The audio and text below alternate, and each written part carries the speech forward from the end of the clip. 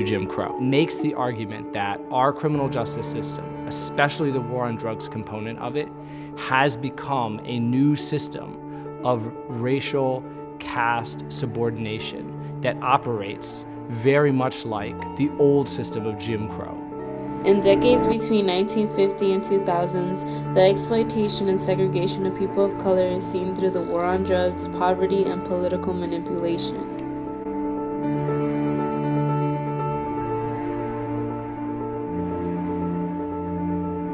Been in existence, we've incarcerated more people in the last 20 years than we did for the entire history of the United States.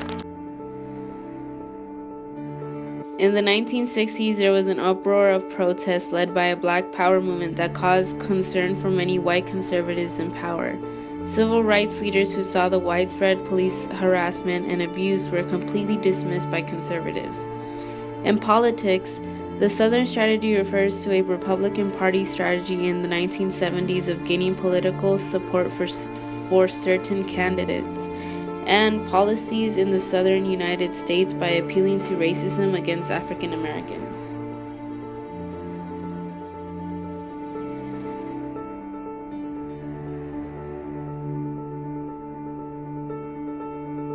Plus years, we, meaning the Republican Party, had a Southern strategy that alienated many minority voters by focusing on the white male vote in the South.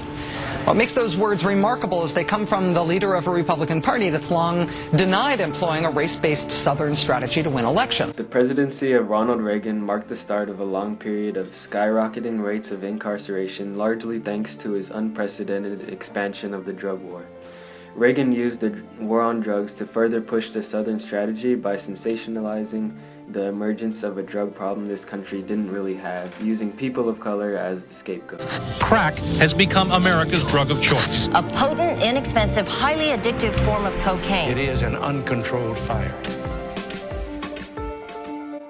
When Bill Clinton came into presidency, he rejected to eliminate the disparity between crack and powder cocaine.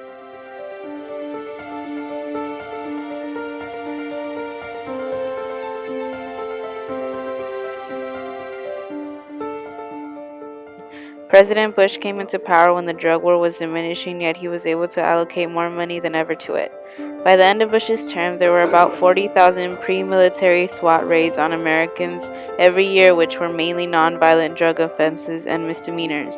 And Obama, despite attempting to make reforms, such as reducing crack and powder sentencing disparity, ending the ban on federal funding for syringe access programs, and supporting state medical marijuana laws, has not shifted the drug control laws. Despite the years of the drug war, mass incarceration rates are still on the rise and show the effect it's had in our society, with economic loss and over 45 million arrests.